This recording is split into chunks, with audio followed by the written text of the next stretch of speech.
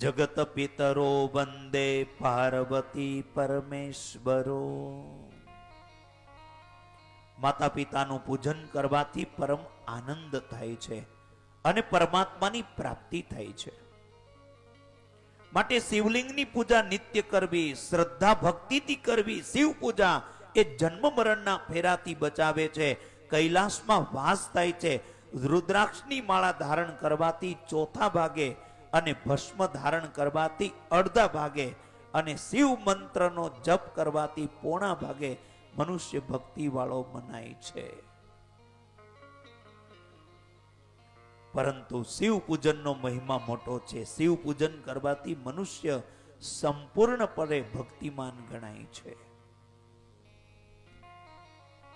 ઋષિઓએ કહ્યું કે હે મહામુનિ, અમને આ પ્રણવનું મહાત્મય અને શિવ ભક્તની પૂજાનો પ્રકાર સમજાવો. સૂતજી કહે છે, હે તપોધનો, પ્રણવ એટલે પ્રકૃતિથી ઉત્પન્ન થયેલો સંસાર રૂપ સાગર અને નવ એટલે સંસાર સાગરને પાર કરનારી નાવ.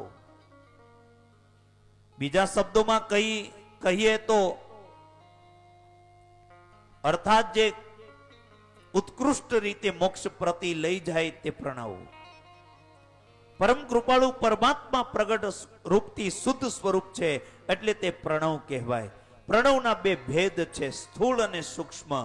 નમઃ શિવાય એ મંત્રને સ્થૂળ જાણવો અને ઓમ તે સૂક્ષ્મ જાણવો.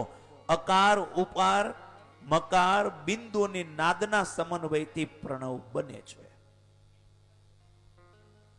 સૂતજી શિવ નૈવેદ્ય. સૂતજી કહે છે, શિવ નૈવેદ્ય અને બિલીપત્રનો મહિમા સમજાવતા કહે છે કે જે જ્યોતિર્લિંગો કહેવાય છે તેનું નૈવેદ્ય પ્રસાદ રૂપે લેવું તે ચાંદ્રાયણ વ્રત કરવા બરાબર છે. જો ઘરમાં નૈવેદ્ય શિવ નૈવેદ્ય પ્રસાર અને પ્રચાર પામે તો આખું ઘર પવિત્ર થાય છે. આ નૈવેદ્ય શુભ અને મહાપ્રસાદ રૂપ છે.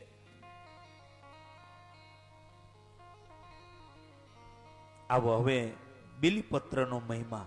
આ બધું મેં ટૂંકું થોડું શોધી કાઢ્યું છે. બહુ સમજણ માટે બહુ સમજવું હોય તો શિવ પુરાણને વસાવજો. આ બધો શિવ પુરાણનો ભાગ છે.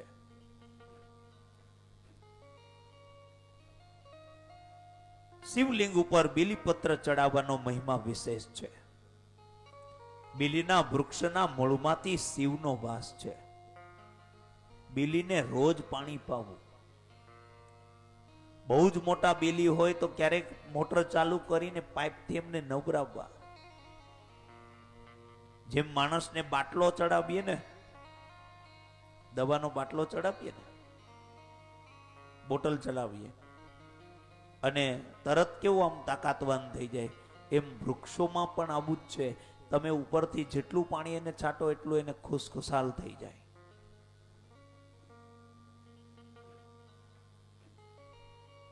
બિલીના વૃક્ષના મૂળમાં શિવજીનો વાસ છે ભક્તો.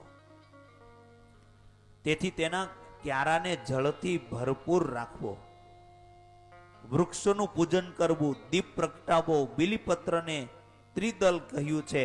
એક અખંડ ત્રિદલ લઈ મંત્ર બોલી અને ત્રિદલ ચડાવવું. અને એ મંત્ર આપણે બોલીએ છીએ ને, ત્રિદલમ ત્રિગુણાકારમ ત્રિનેત્રમ ચ ત્રયાયુધ્યમ ત્રિજન્મ પાપ સહારમ એક બિલ્વમ શિવાર્પણ. અને બોલે છે ને, હા, એક બિલીપત્રમ એક પુષ્પમ એક લોટા જલ કી ધાર. એક બિલીપત્રમ એક પુષ્પમ એક લોટા જલ કી ધાર. દયાળુ रिज के देत है चंद्रमौली फल ચાંદ. એક સમયે દેવી ગિરજાના વિશાળ ભાલ ઉપર બહુ જ પરસેવો થઈ ગયો. એક બિંદુ હતું તે લૂસીને દેવીએ ભૂમિ પર નાખ્યું. આમ એકદમ આમ હાથથી લૂસ્યો અને બિંદુ ધરતી ઉપર નાખ્યો. તેમાંથી ઘેઘૂર વૃક્ષ થયું. એક વખત દેવીએ તે વૃક્ષ નિહાળ્યું. આ વૃક્ષ નિહાળીને દેવીનું હૃદય પુલંકિત બન્યું. જયાએ કહ્યું કે દેવી, આ વૃક્ષ આપના પરસેવાના બિંદુમાંથી પાંગર્યું છે. દેવી આ વૃક્ષનું નામકરણ બિલ્વ રાખવામાં આવ્યું. તો બિલી કોણ છે? પાર્વતી જ છે. અને માતાજીના પરસેવાના બિંદુથી એમની ઉત્પત્તિ થઈ છે.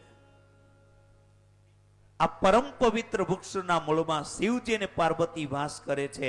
તેના થડમાં દેવી, દાક્ષાયણી, શાખાઓમાં મહેશ્વરી, પત્રોમાં પાર્વતી, ફળમાં કાત્યાયની અને છાલમાં ગૌરી અને પુષ્પમાં ઉમા દેવી વસે છે.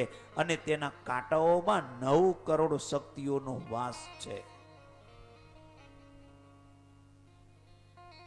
આ વૃક્ષનો આવો ઉત્તમ બાલા ભક્તો મહિમા છે. બિલ્વપત્ર પૂજન ઉપરાંત આયુર્વેદિક ઔષધિઓમાં પણ ઉત્તમ ગુણકારક ગણાય છે. બિલ્વ ફળ યજ્ઞમાં પણ હોમવામાં આવે છે. કેટલીક વખત અપ્રાપ્ય એવા બિલીપત્રો ભાવિક ભક્તોએ પૂજન કરવા માટે આપવામાં પણ મોટું પુણ્ય મળે છે.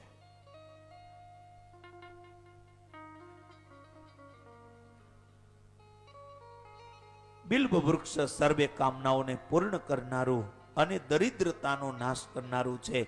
બિલીપત્ર શંકરને પ્રિય છે, તેનાથી શંકર પ્રસન્ન થાય છે.